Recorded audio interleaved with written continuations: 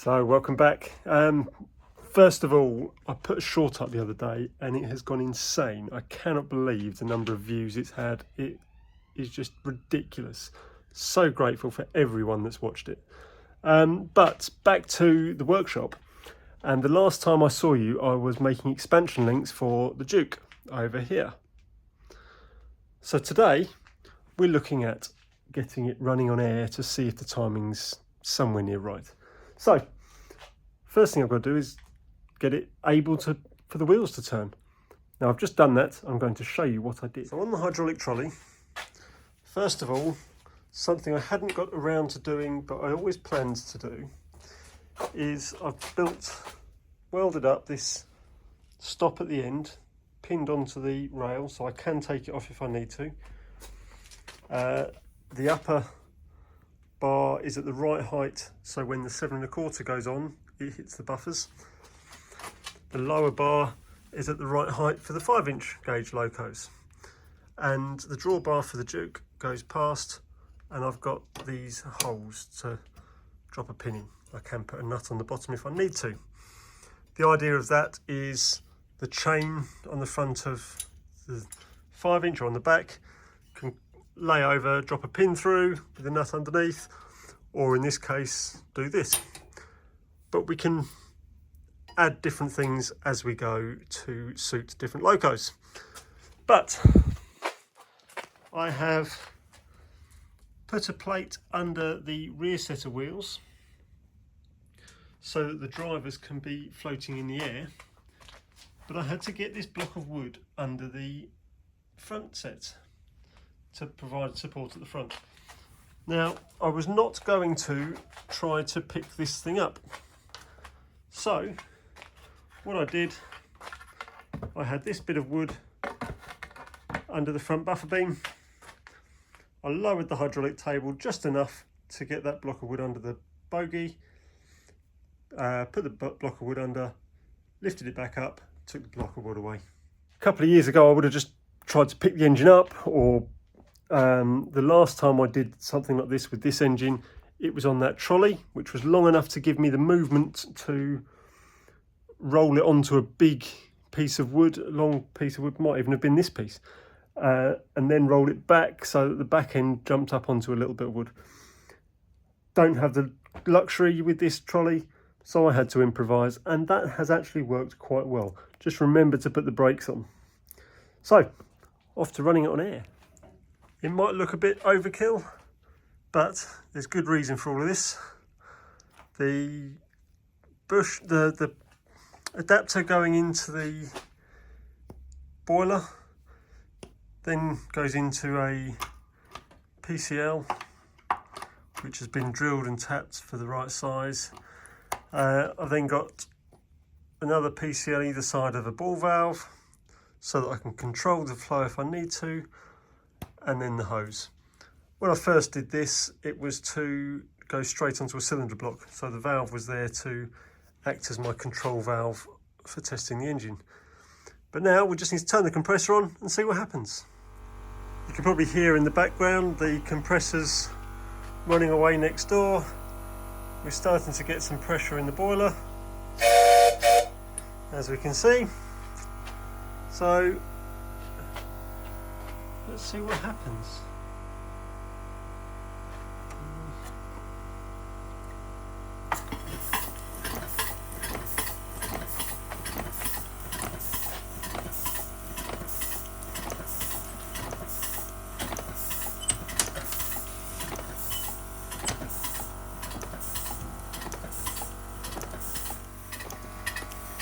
So he's running.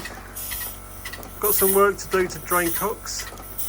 Might be they're just at the wrong angle, but I just need to stop them blowing a little bit.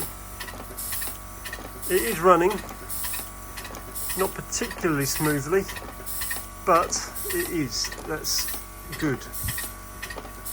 So we'll just need to do some adjustments to get that running a little bit better and work out what's not running right. But then again, that is only on £20, so it's not great, but it's not terrible. It does go. So I've been rotating the wheels with just a breath of air going into the cylinders, just so that I can feel when the air is coming out of each drain cock. So at the moment it's pretty good.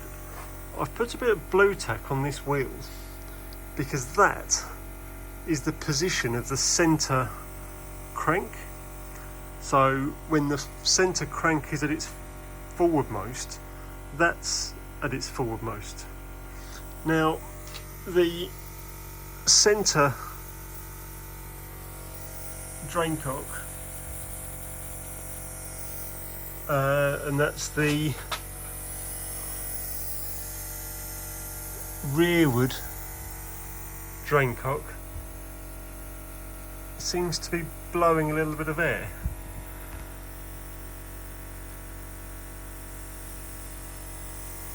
Whereas it should now be blowing from the front. And there's nothing coming from that drain cock. So I think I need to adjust the position of the centre valve. I'm starting to have second doubts about this. That centre cylinder seems to be opening late and closing late on the forward and aft cylinder, like end of the cylinder, which sort of implies to me that the timing's wrong but the valve's in the right place. But I don't know how it can be when the two outsides are correct. It might take a bit more thinking about, and I'll have to come back to it tomorrow because my head is scrambled, and sometimes it's best to just walk away and come back the next day. So I'll leave you in the capable hands of tomorrow's me. So I will see you tomorrow. So before I try again and change anything drastic, starting from basics, checking the position of the return crank.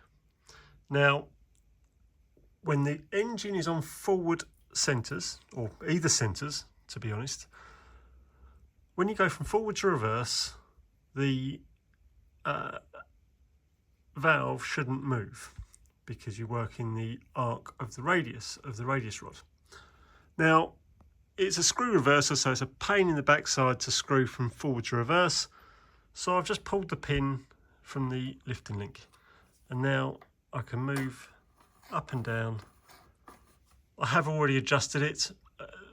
I made a mistake in that I slackened it off and it went loose before I checked where it was, but we are now just moving up and down without the valve moving.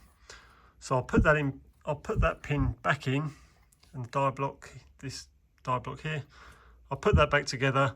Then we'll try it on air again and just see how she goes. So I've just turned the air on, and honestly, I have not tried this yet. Let's see what happens.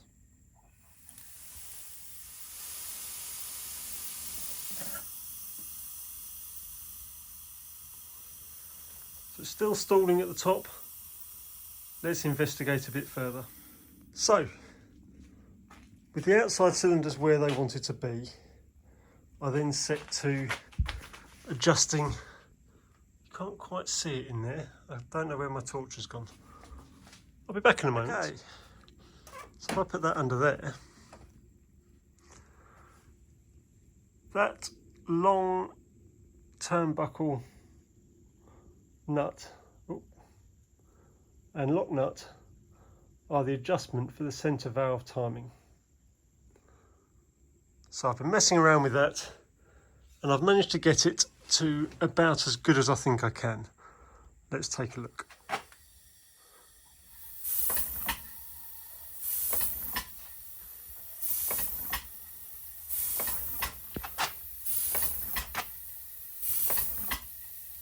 So it's not perfect, but that is only on about £5 or so,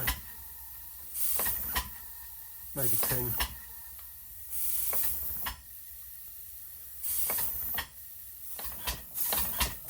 What's weird is that with a bit more pressure, it still just stalls at the same sort of spot. So I will have to take a look at this a bit more, I think. So there we are for now. I've got to put it back together at some point, but I will keep doing a little bit more tweaking. I've had enough for tonight. I will see what I can do, just tidying it up a little bit more, because I'm not overly happy with that jumpiness. And yeah, we'll see if we can get it any better. The fact that it's lumpy like that in one spot of the revolution implies that there's something a little bit amiss with the timing, but I've had enough tonight, so I'm not looking. So that'll be it for today. We will come back to this another time when I'll show you the best I can get it when I do come back out here. But it's just a case of playing and tweaking and just adjusting what I can. So thanks for watching, and I will be back soon where I will show you the progress on that, and it will go back together. So good night. So if you've watched many of my videos, you'll know I probably couldn't leave it there. I've been sitting here, I can get my spanner in there while it's turning over, and it's not looking too bad. I'm just tweaking it sort of a sixth of a turn at a time, because that way, if it goes a little bit wrong, I can just go back a sixth of a turn. But so far it just seems to be running a little bit better.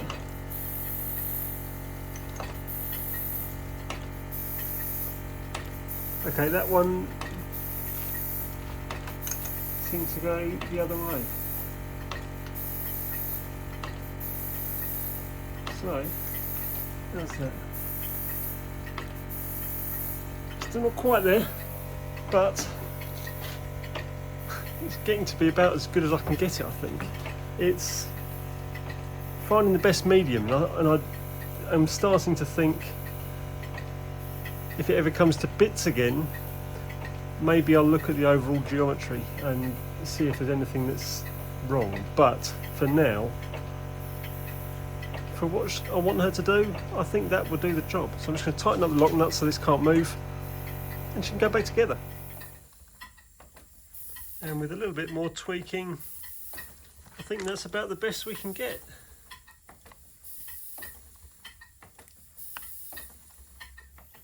I'm sure there is room for improvement, but it's not going to happen now.